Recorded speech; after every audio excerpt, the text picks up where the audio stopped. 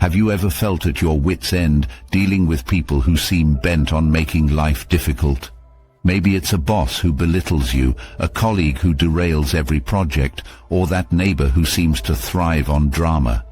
You're not alone in this struggle, and the good news is, we've got a game plan for you, a philosophy that has been tested and proven over millennia.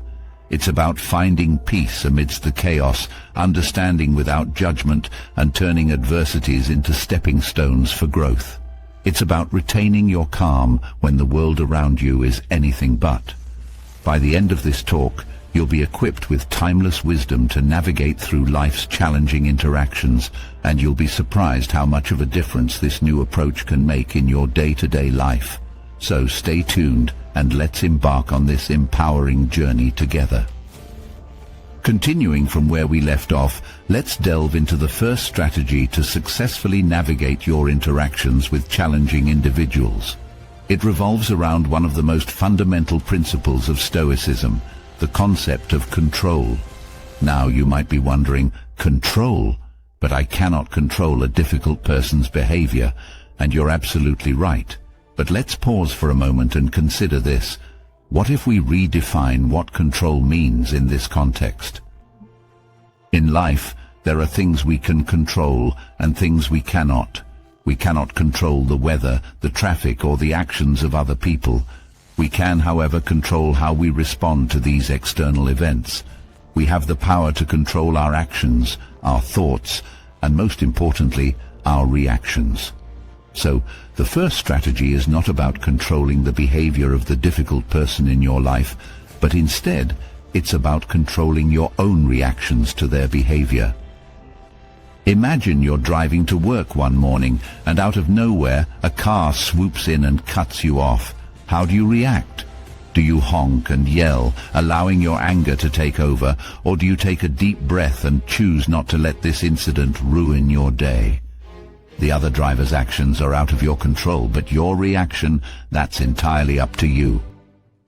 This principle extends to all interactions with difficult people. Perhaps you have a coworker who never misses an opportunity to belittle you in front of others. How do you choose to react? Do you let their words sink in and affect your self-esteem, or do you take a step back and realize that their words are a reflection of them and not you? When you understand that the only actions you can truly control are your own, you gain a sense of empowerment. It allows you to take charge of your emotional well-being and not let it be swayed by the actions of others. This shift in perspective is not just about preventing negative reactions, but also about choosing your responses in a way that aligns with your values, irrespective of how others are behaving. It's about deciding who you want to be in each interaction, rather than being a puppet to someone else's actions. Of course, implementing this strategy is easier said than done. It requires practice, patience, and a whole lot of self-awareness. But when you embrace this concept and truly integrate it into your life, it becomes a powerful tool. You'll find that you're no longer at the mercy of difficult people or challenging situations. You'll be in control of your reactions, your emotions, and ultimately, your peace of mind. Now, isn't that something worth striving for? Continuing on our journey, let's delve deeper into the second strategy, practicing empathy and understanding. Our lives are fundamentally about relationships, and every relationship is a delicate dance between personalities, backgrounds, and perspectives. When we encounter difficult people, it's easy to get caught up in our own frustrations or responses. However, true strength lies in the power of empathy and understanding. Empathy is often misunderstood as simply feeling sorry for someone. However, it's much more profound. It's about understanding another person's perspective, about walking a mile in their shoes. And when we talk about understanding, it's not just about cognitively knowing something. It's about fully comprehending the emotions, motivations, and realities that drive a person's behavior. Now you may wonder, why should we extend our empathy towards someone who is being difficult, a narcissist, an idiot, or simply a thorn in our side? Well, the answer lies in the heart of Stoic philosophy.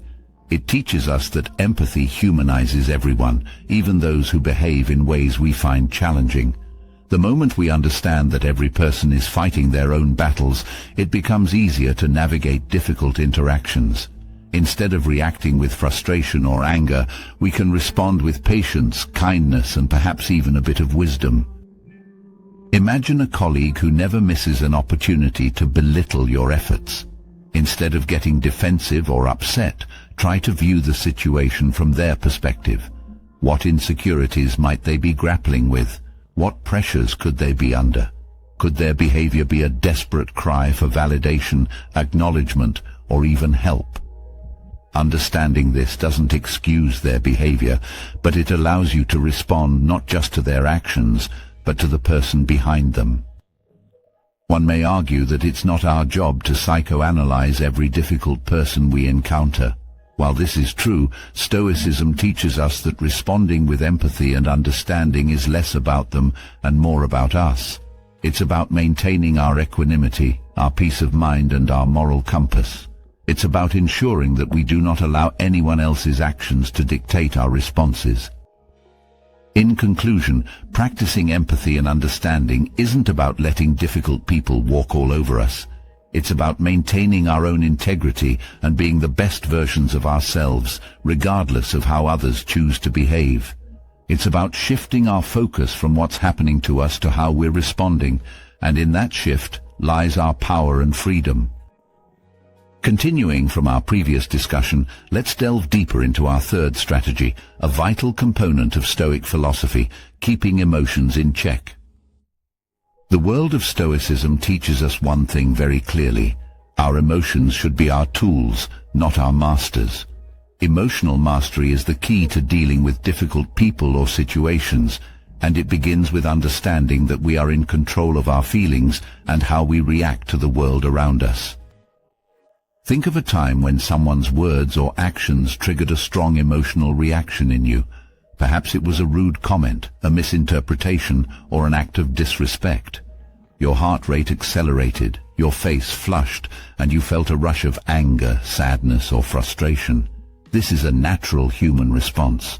However, Stoicism empowers us to take a step back, to understand these emotional responses, but not be ruled by them. Emotions are like waves in the ocean. They come and go, they rise and fall, but we have the power to choose whether to ride these waves or let them sweep over us. When we encounter a difficult person, the waves they generate can be particularly challenging. Yet, each wave brings with it an opportunity, the chance to practice temperance, to show restraint, and to demonstrate emotional intelligence. Consider this. Your narcissistic colleague undermines your work in a meeting. You feel a surge of anger. You could react impulsively, allowing your emotions to take over, leading to a heated exchange. Or you could take a deep breath, acknowledge your feeling of frustration, and then choose to respond calmly. You could state your perspective, express your dissatisfaction with their behavior, all without resorting to a personal attack or letting your emotions control the interaction. Stoicism teaches us this unique form of resilience, providing us with the tools to manage our emotions effectively. This doesn't mean suppressing feelings. Instead, it's about acknowledging them, understanding them, and then consciously choosing how we want to respond. This strategy is not just effective in dealing with difficult people. It also enhances our overall emotional health, reduces stress, and helps us build stronger relationships. It's about turning emotional reactions into thoughtful responses, transforming potential conflicts into constructive conversations. It's about taking control of our emotional world, and by doing so, significantly improving our interactions with the world around us.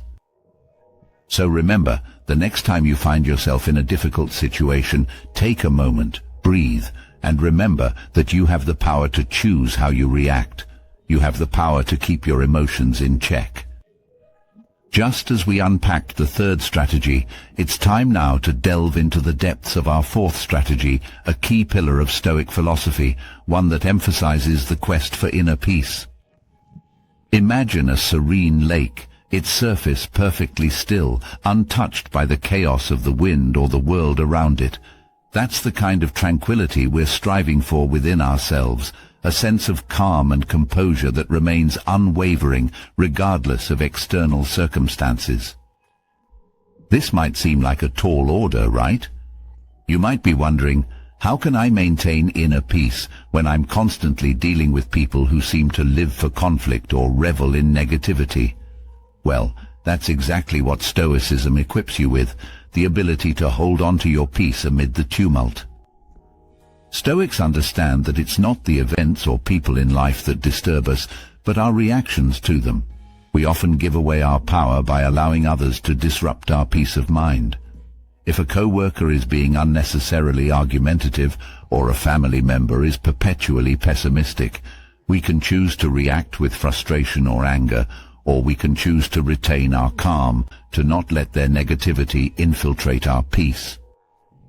It's about creating a mental fortress, a safe space within yourself that is impervious to the storms raging outside. It's about practicing mindfulness, staying rooted in the present moment, not allowing the past to haunt us or the future to create undue anxiety. This, of course, doesn't come overnight. It requires consistent practice, patience, and the conscious decision to not let external factors steal your peace. So, the next time you find yourself in a challenging situation, take a moment, breathe, remind yourself of your inner sanctuary and resolve to not let anything or anyone disrupt it. This way, you'll be better equipped to deal with difficult people or situations. You'll find that the rough edges of life become smoother, the sharp corners less piercing. You'll notice an increased resilience, a newfound strength that helps you navigate life's turbulences with grace and poise. Remember, my friends, inner peace isn't just a state, it's a choice. And with that choice, you take back your power, you reclaim your peace. Now, if you found these insights valuable, I'd encourage you to hit the subscribe button. We have a lot more wisdom to explore, many more strategies to discuss that can equip you to navigate life's challenges more effectively. So, stay tuned, and let's continue our journey towards becoming the best versions of ourselves. Building upon our previous strategies, let's dive into the fifth and final one, which is perhaps one of the most empowering aspects of our game plan. It's about viewing difficult situations and people not as obstacles, but as opportunities for personal growth.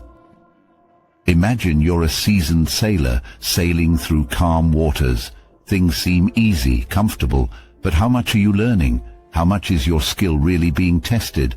Now consider the same scenario, but this time you're faced with a storm. The sail is harder to control, the waves are crashing against your boat.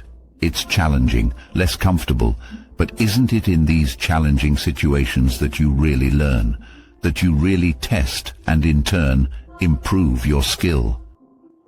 Similarly, in life, it's easy to sail through when everything is calm, when everyone around you is easy to get along with. But it's the storms, the challenging situations, the difficult people that truly test you and offer the most significant opportunity for growth. It's the difficult boss, the irritating colleague, the unreasonable neighbor who push you out of your comfort zone and test your patience, understanding, and resilience. Take, for example, a co-worker who constantly belittles your ideas. It's easy to label them as the office idiot and try to avoid them as much as possible. But what if we look at this from a different perspective? What if we view this not as an annoyance, but as a challenge to refine our communication and negotiation skills? Or consider a narcissistic friend who always talks about themselves, barely giving you space to voice your opinions. Instead of avoiding them or matching their behavior with coldness, we can see this as an opportunity to develop our patience and listening skills, and to practice setting healthy boundaries. The point here is that every difficult person or situation carries a lesson for us to learn. When we view them as opportunities instead of obstacles, we not only cope better, but also empower ourselves through continuous learning and personal growth. This approach does not mean that we should seek out difficult situations or people. Instead, when these situations find us, as they invariably will because such is the nature of life, we're better equipped to handle them. We can control our reactions, maintain our inner peace, and ultimately transform adversity into advantage. This shift in perspective is a powerful strategy that can transform our interactions with the world around us. Remember, it is not the calm sea, but the storm that makes a skilled sailor. Similarly, it's not the easy situation, but the challenging ones that shape us, that truly test and enhance our inner strength and resilience. So, let's embrace these challenges as opportunities for growth, for they are the stepping stones towards becoming the best version of ourselves.